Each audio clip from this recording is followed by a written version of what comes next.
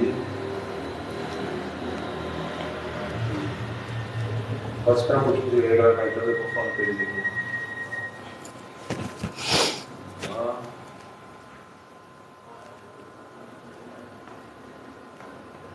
Oi, gente. Vamos ver, cara. Tem um já.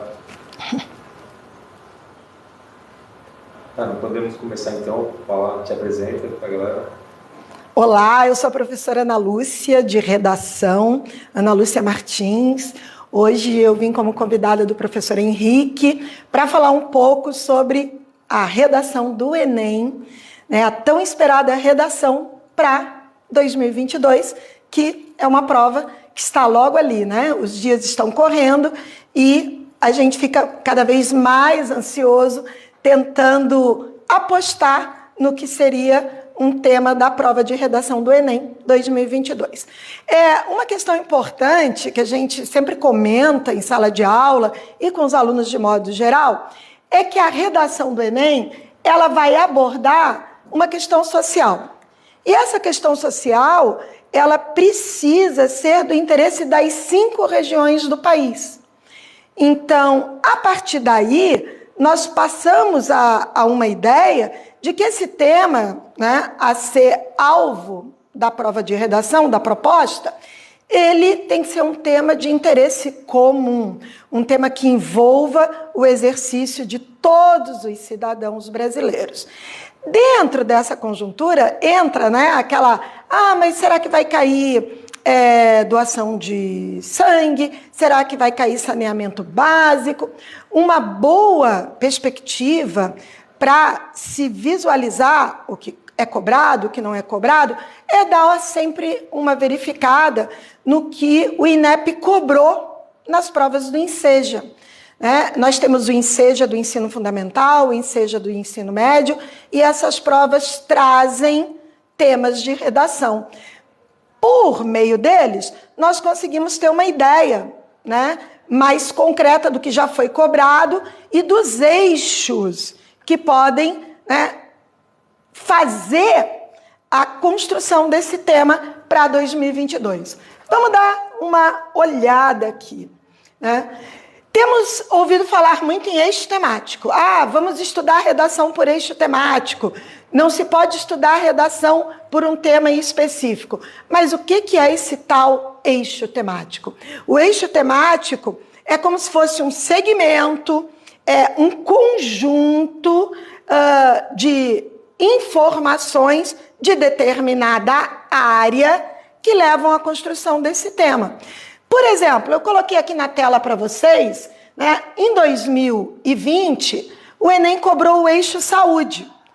Como assim cobrou o eixo saúde? Ora, ele tratou do preconceito associado, o estigma associado às doenças mentais na sociedade brasileira. Eixo saúde. Se nós andarmos e virmos até o Enem 2021, foi o nosso último Enem, o eixo foi cidadania. Ele tratou da invisibilidade e registro civil, garantia de acesso à cidadania no Brasil. Nesse mesmo ano, nós tivemos a reaplicação no eixo educação, o reconhecimento da contribuição das mulheres nas ciências da saúde no Brasil. Certo? Então, estudar por eixo quer dizer que você pode verificar o que acontece, o que você tem de informação, né, em cada agrupamento, em cada eixo, para que você esteja preparado para escrever sobre qualquer tema que o Enem propor para você na prova. Observem que quando o Enem cobrou sobre algoritmos, ele estava no eixo tecnologia.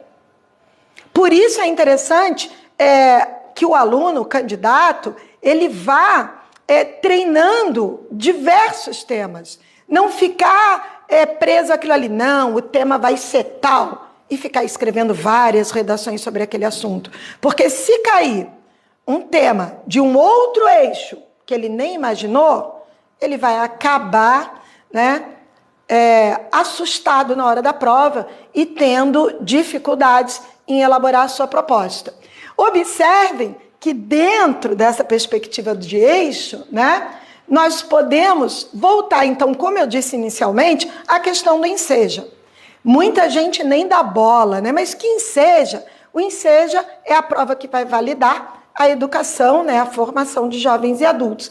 Querem só dar uma olhada? Vamos ver aqui, ó. No ensino fundamental, Enseja ensino fundamental. Faz pouquinho tempo, hein, que isso foi cobrado. Questão de semanas. 2022, o papel da tradição oral na preservação da cultura no Brasil. Opa, eixo educação cultura. Do ensino médio, olha só que baita tema. Desafios da indústria da moda para a preservação do meio ambiente.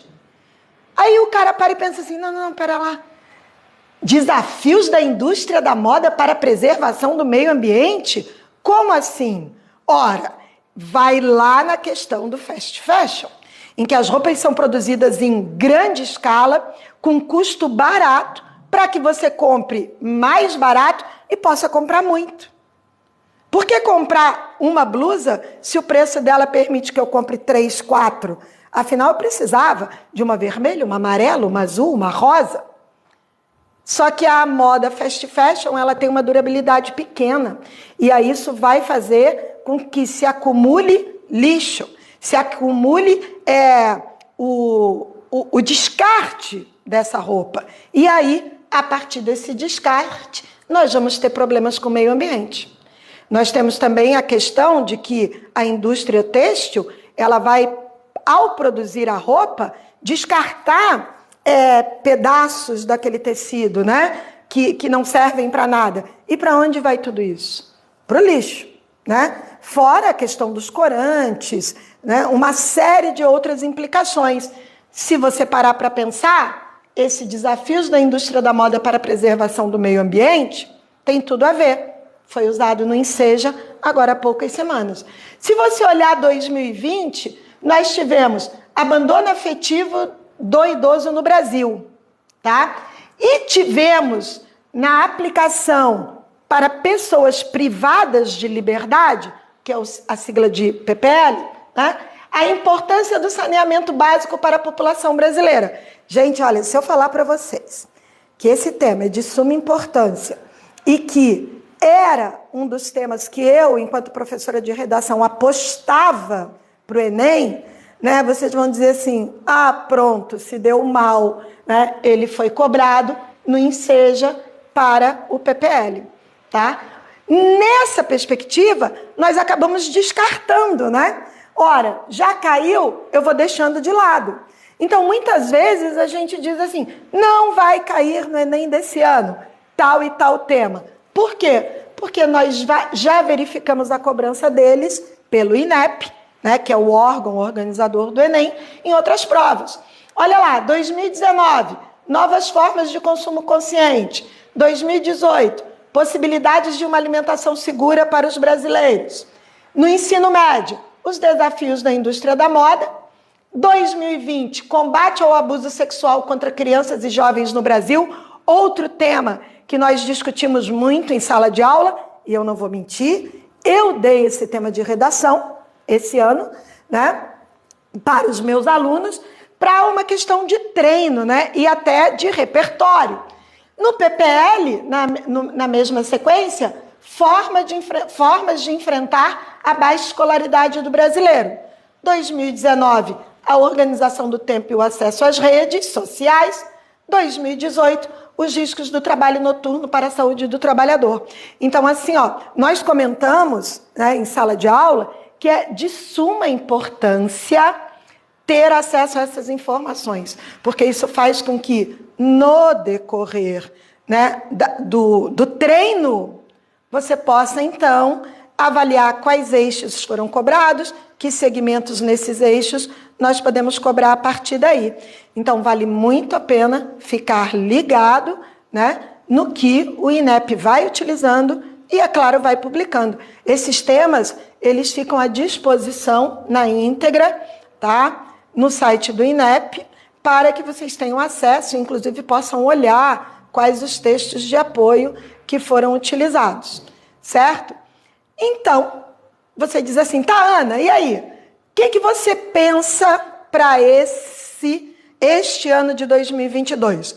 Vamos nos eixos, né? Quando nós trabalhamos os temas de redação, nós vamos estruturando por eixos temáticos. Por isso é interessante o candidato ter a lista dos temas que ele treinou, né? Para que ele possa visualizar suas possibilidades. Para vocês terem uma ideia, no ano passado, quando caiu a questão no Enem sobre o registro civil, né, e o acesso à cidadania, eu ouvi muitas pessoas comentando: nossa, que tema horrível, nossa, que tema, ai, por que esse tema? Era o pessoal que não estava ligado, né? Nós tínhamos tido, durante o auge da pandemia, o lançamento do auxílio emergencial pelo governo federal, né, para atender as pessoas que estavam sem nenhuma forma de ganhos durante a pandemia, e se descobriu, a partir dali, que nós tínhamos mais de 40 milhões de brasileiros sem documentos. Tá? Eixo cidadania. Então, é preciso ficar muito antenado para o que acontece à nossa volta. E eu não digo que seja apenas em questões específicas de determinada matéria, é em tudo, tá? Qualquer disciplina estudada na sala de aula, ela serve como fonte de repertório, né? Que alguns professores chamam de intertexto, outros chamam de área de conhecimento, mas que vão garantir que você saiba escrever sobre o assunto, né? Olha só para 2022. Vamos dar uma olhadinha aqui, ó. Eixo educação. O eixo educação pode trazer muita informação, muitas propostas, mas nós podemos apostar em alguns recortes.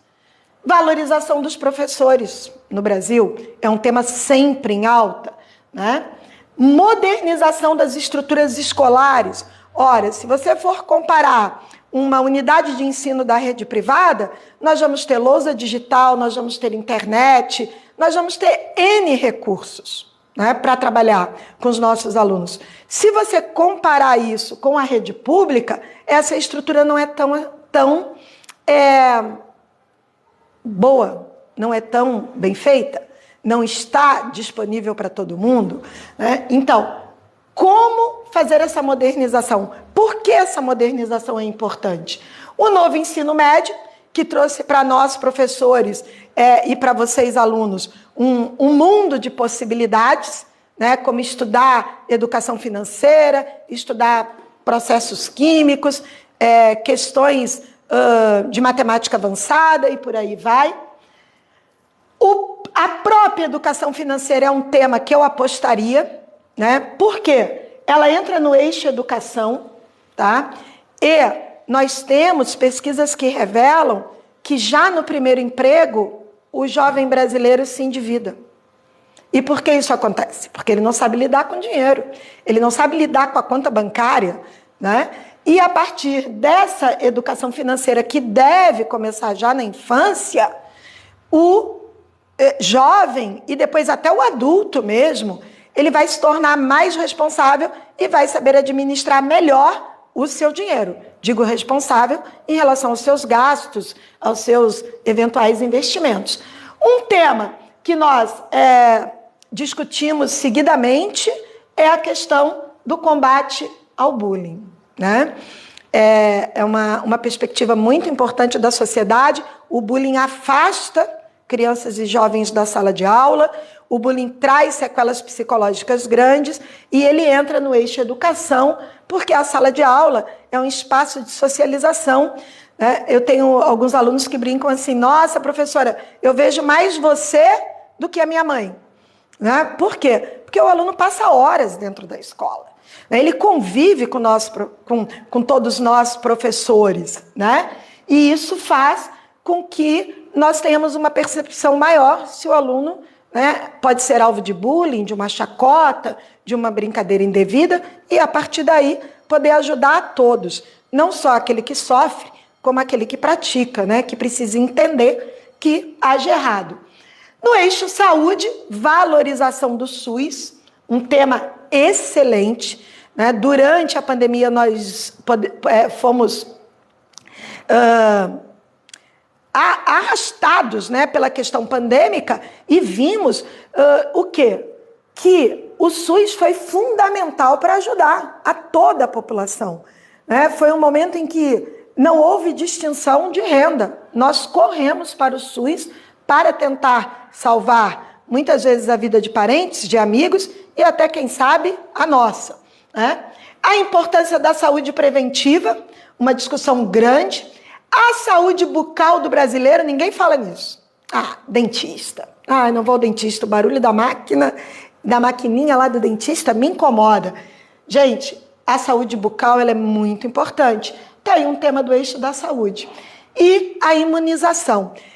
Quando vocês forem lá, né, que eu aposto que vai ter gente que já está lá no site do INEP procurando o que já foi cobrado no INSEJA, vocês vão ver que ali antes de 2016 foi cobrado vacinação, tá? E como que nós poderíamos trabalhar o tema? Existe o tema recorrente e o tema convergente. O tema recorrente é aquele que vem e várias provas, seja o Enem ou até outros vestibulares, cobram, tá? E o tema convergente é mais de um mesmo assunto, né? Uma coisa é a importância da vacina para nos manter saudável. Outra é a importância da imunização coletiva para manter uma sociedade inteira saudável e evitar grandemente a questão da propagação de doenças, né? No eixo segurança, política de combate às drogas, um tema interessantíssimo, e a crise no sistema carcerário brasileiro.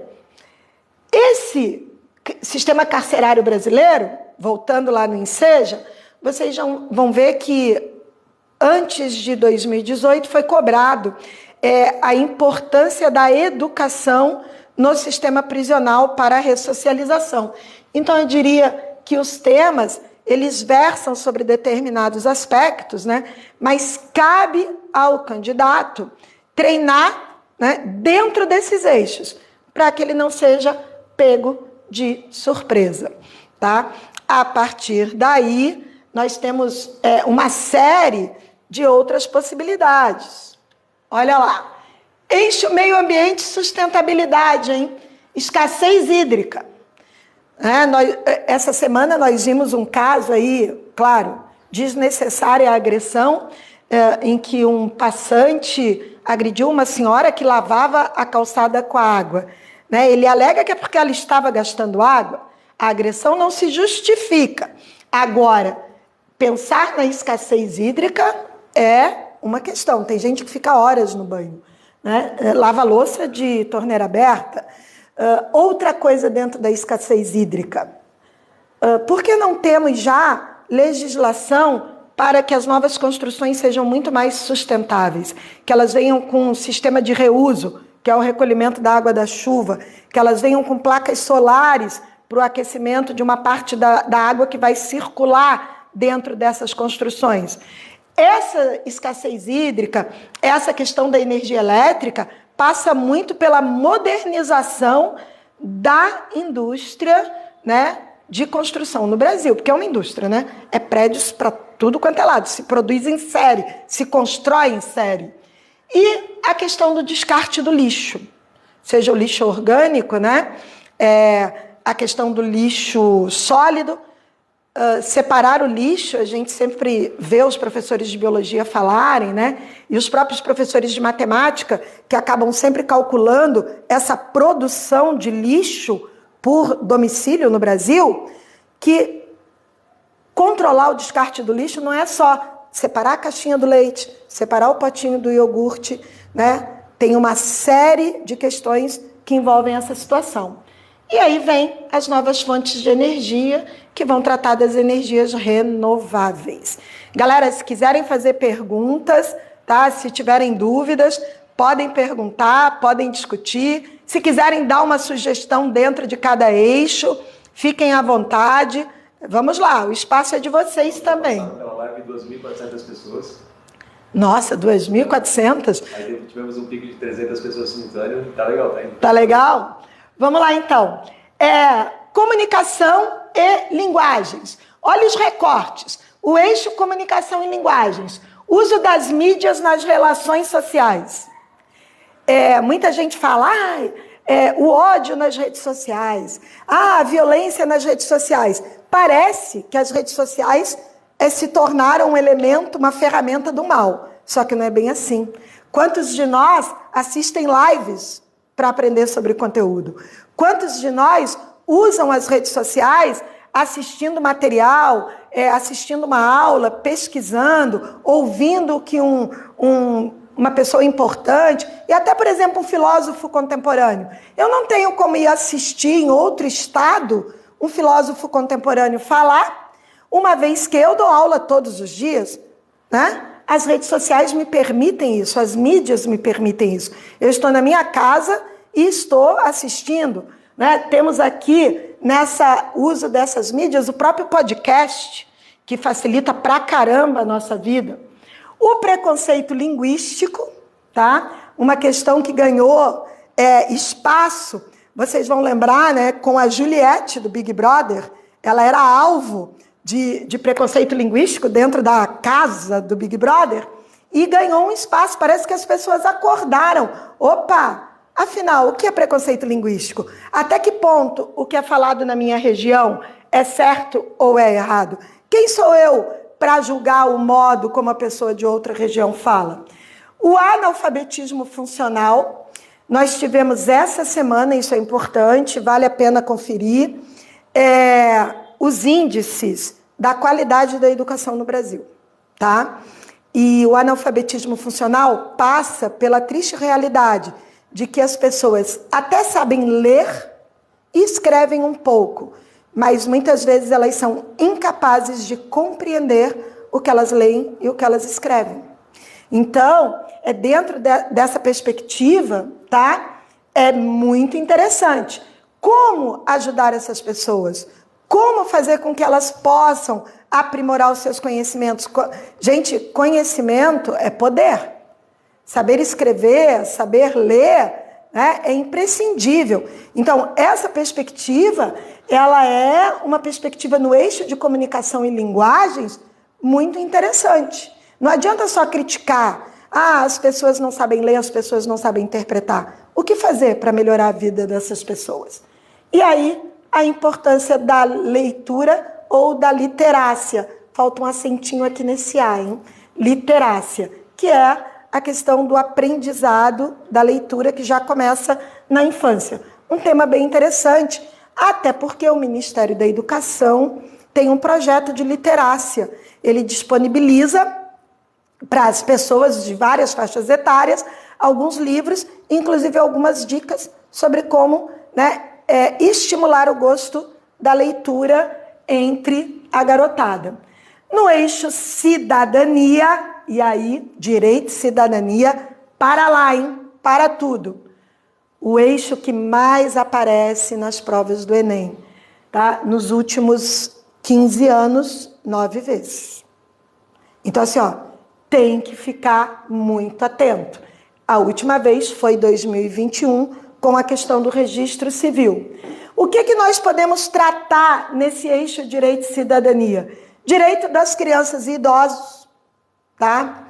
É um tema bem interessante aqui, a alfabetização digital de idosos, né? Quantos idosos ficaram isolados durante a pandemia e a única forma de conversar com as suas famílias, netos, filhos, bisnetos, era pelo celular, era pela chamada de vídeo. Então, essa questão do direito das crianças e dos idosos, e aí pega outro recorte, hein? Gente, tem recorte para falar 2 horas na live, tá? É a alfabetização digital dos idosos.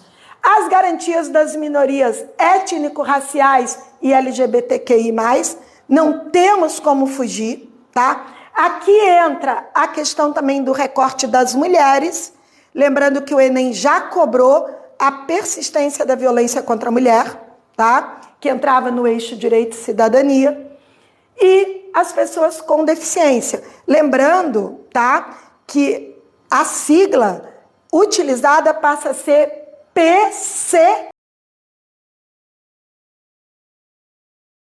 deficiência, tá? Porque assim, ó, professora, pode cair a importância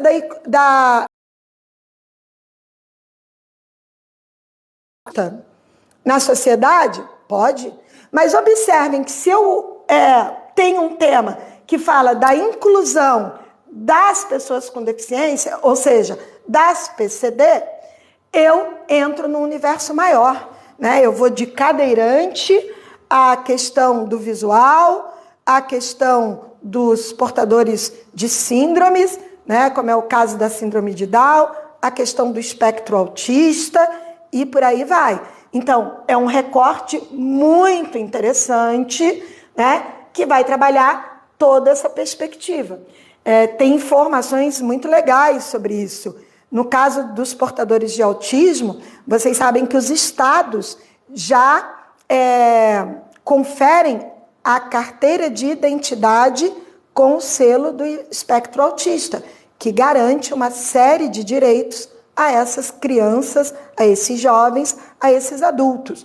Então, são informações pertinentes. O fato é que estudar pelos eixos garante que você tenha repertório, garante que você possa se deparar com uma proposta no Enem 2022 e mandar ver, escrever. Não ficar desesperado, nem preso a modelos, tá? Isso era uma coisa até que é interessante alertar. Não se prenda a modelos, porque a modelização do texto, ela pode atrapalhar o candidato na hora da prova.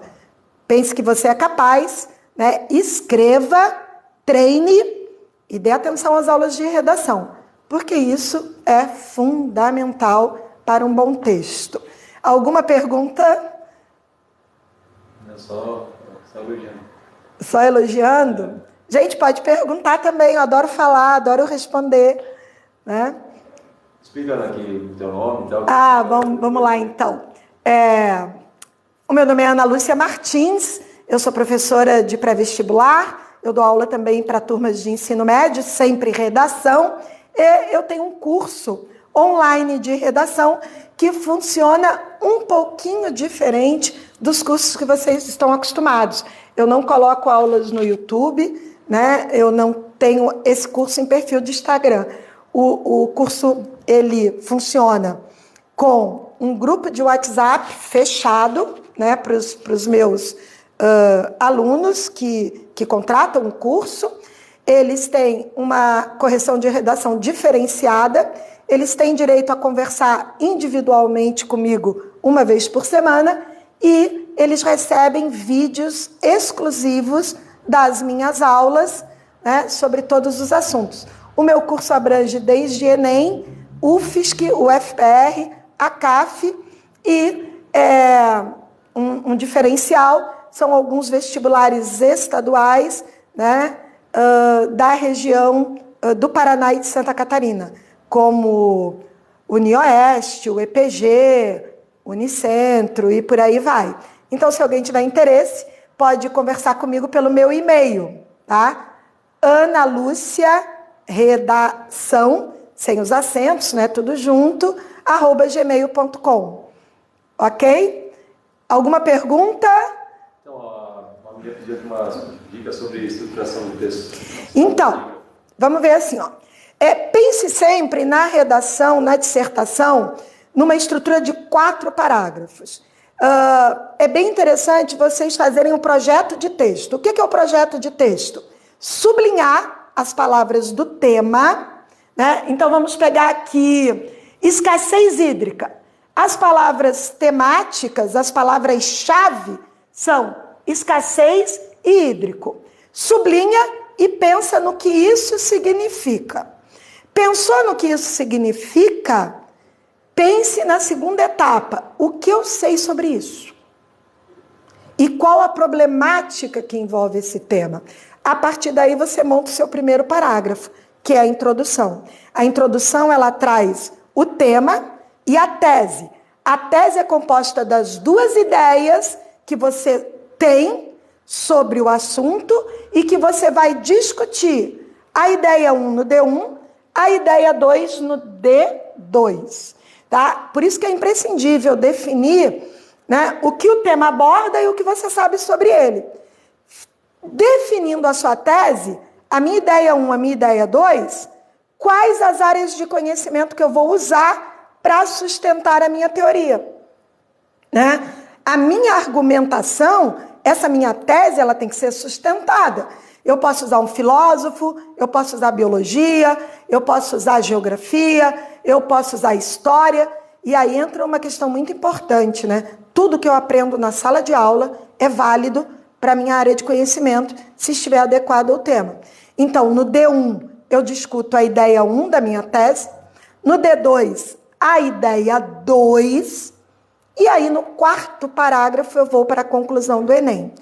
Atenção para o seguinte, não se pode repetir áreas de conhecimento. Então, se você usar história no D1, no D2, você vai usar biologia, ou vai usar um dado estatístico, ou vai usar geografia, tá?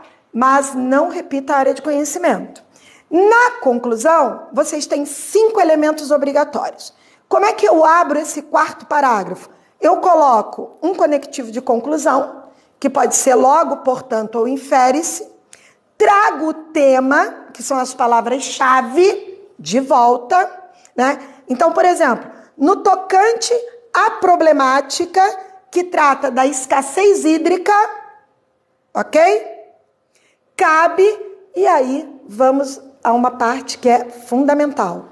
Vem o agente, a ação, o modo e meio, o detalhamento e a finalidade. A conclusão do Enem, para valer 200 pontos, ela tem que trazer esses 5 elementos. Cada elemento, olha a matemática aí, vai valer então 40 pontos. Gente, é importante ter isso em mente quando você faz o seu projeto de texto, tá? O agente é aquele que vai resolver o problema. A ação é o que ele vai fazer para resolver o problema, né? O modo e o meio é como eu vou fazer isso. O detalhamento é a especificação, né? A finalidade, tá? É de combater aquela problemática inicial. Então, atentem para isso. Uma dica, hein? Tem uma dica bem interessante aí para essa estrutura. Não usem o governo deve. O governo é um agente genérico.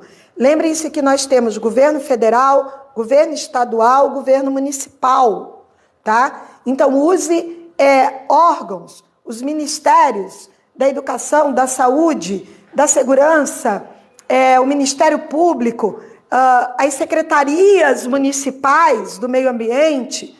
Gente, diversifiquem, saiam dessa coisa. O governo federal, tá? Venham para uma série de ferramentas. Se tivermos uma outra oportunidade, podemos fazer uma live só tratando dessa competência 5 e mostrando como diversificar esses 5 elementos, tá? Outra dica, não venha com investimentos. O governo federal deve investir. Gente, isso aí é o óbvio, né? Aplicar a verba pública para o bem-estar da população é óbvio. Pensem em elementos mais, com perspectivas mais amplas, mais abertas, né? No caso da escassez hídrica, por exemplo, aqui, ó, o Ministério do Meio Ambiente, em parceria com as secretarias municipais de arquitetura e urbanismo, deve desenvolver uma legislação que se preocupe, que passe a exigir, né, as ferramentas nessas construções que ajudem o meio ambiente, como o aproveitamento da água de reuso, né, no caso da escassez hídrica. Se nós formos falar só de fontes de energia, a questão da energia solar. Vamos pensar, vamos trabalhar, né, para que essa conclusão ela realmente tenha os 200 pontos garantidos.